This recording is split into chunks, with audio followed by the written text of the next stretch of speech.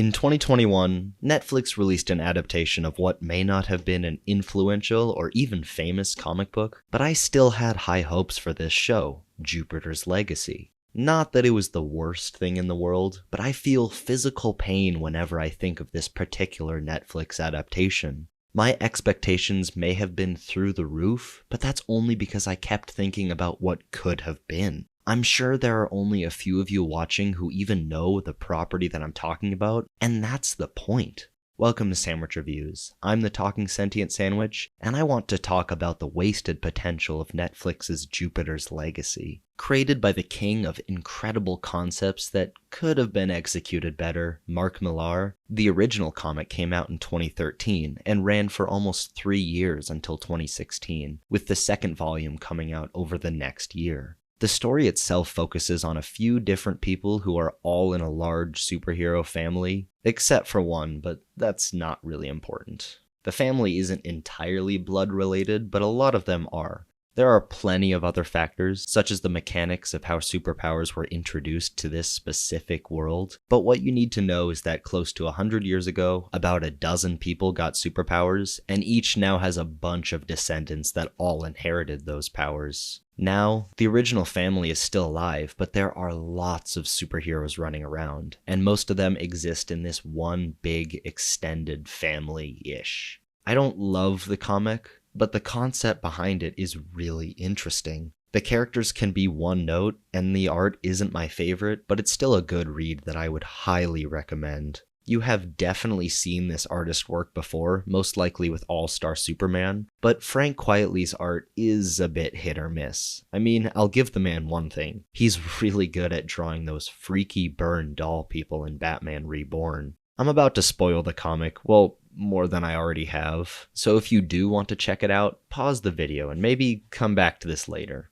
Or don't, do whatever you want. But one of the most memorable moments in the comic is when one of the primary characters is killed. And to my surprise, that didn't happen in the show. The Samson family is the most powerful family in the world, and their mother and father, Grace and Sheldon Samson, are the matriarch and patriarch for pretty much their entire civilization. A lot of focus was taken away from them, which I'll talk about later, but they should have been the main protagonists. I may not fully believe in their decisions, but that only further compels the watching experience. Sheldon and Grace don't have to be infallible characters. In fact, I would prefer it if they weren't. But they should be viewed as morally righteous people just trying to do right by the world. In some ways, that is what they do in the show, but that point needed to be hammered home so much further. The Utopian and Lady Liberty, Sheldon and Grace's superhero names, should be this world's definitive superheroes, and I never really felt that. Because that big moment from the comic that I talked about earlier comes at its halfway point, when Sheldon and Grace's son, Brandon, turns the rest of the superheroes against them. Of course, he is being manipulated by the evil uncle, but Brandon ends up being the overall bad guy in the story. Everyone grows tired of Sheldon and Grace's goody two-shoes way of life, only seeing a decline in their livelihoods. But the sad part that apparently went way over Netflix's heads is the people rebelling are not all wrong. They see rapid unemployment, famines, and all kinds of problems all over the world, and they want to find a solution to these problems. They easily could have gone about it in a better way, and they should have, but they all decide to make their regularly occurring complaints a legitimate rebellion. So they murder the Utopian and Lady Liberty, surprising them with force and beating them to death with numbers alone. And it's such a powerful moment that I could not wait to see in the show. It's the kind of turning point in a narrative that will give you goosebumps even if you know it's coming. And the show chose to focus a lot on Brandon, but the screen time that they devoted to him doesn't culminate in any way. It would have made sense if they were focusing on him for the narrative drama. That way, when we came to the climactic ending that I was imagining, he would have had to decide between his out-of-touch family or his modern but reckless friends. That would have been a really interesting dilemma to witness. Instead, we got, what?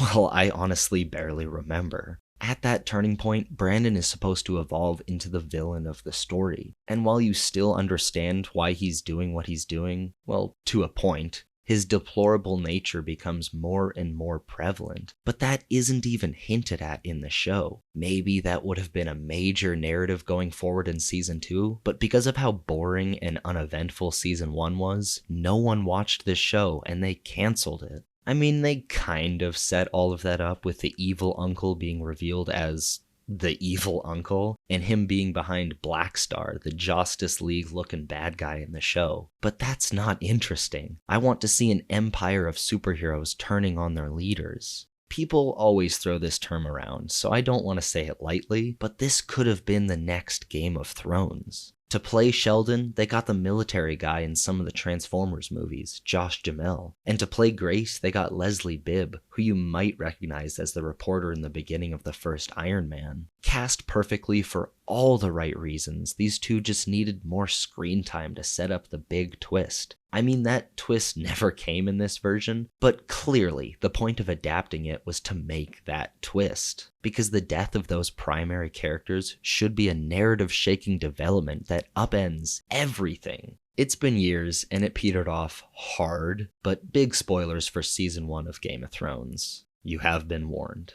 It could have and should have been like the death of Ned Stark. He wasn't the sole main character, but because he was the primary one, his death upended the entire story in the best way possible. Secondary and even tertiary characters can become important and more three-dimensional as the narrative goes on, but without solid connections to the main characters, how am I supposed to care about any of these people? People like Chloe and Hutch, who should have had side stories to set up their importance in the narrative going forward, were barely there at all. Not that they were devoid from the show, but I needed way more focus on them, because rather than setting them up right, the filmmakers decided to stretch the narrative out for some unknown reason. I'm kidding. The reason is blatantly obvious, and that's money. This show should have been at most 2 seasons of solid superhero drama, maybe 3 if you want to add a little to the narrative, but the creators clearly wanted more than that. But that only made the 1 season we got really boring and incredibly uneventful.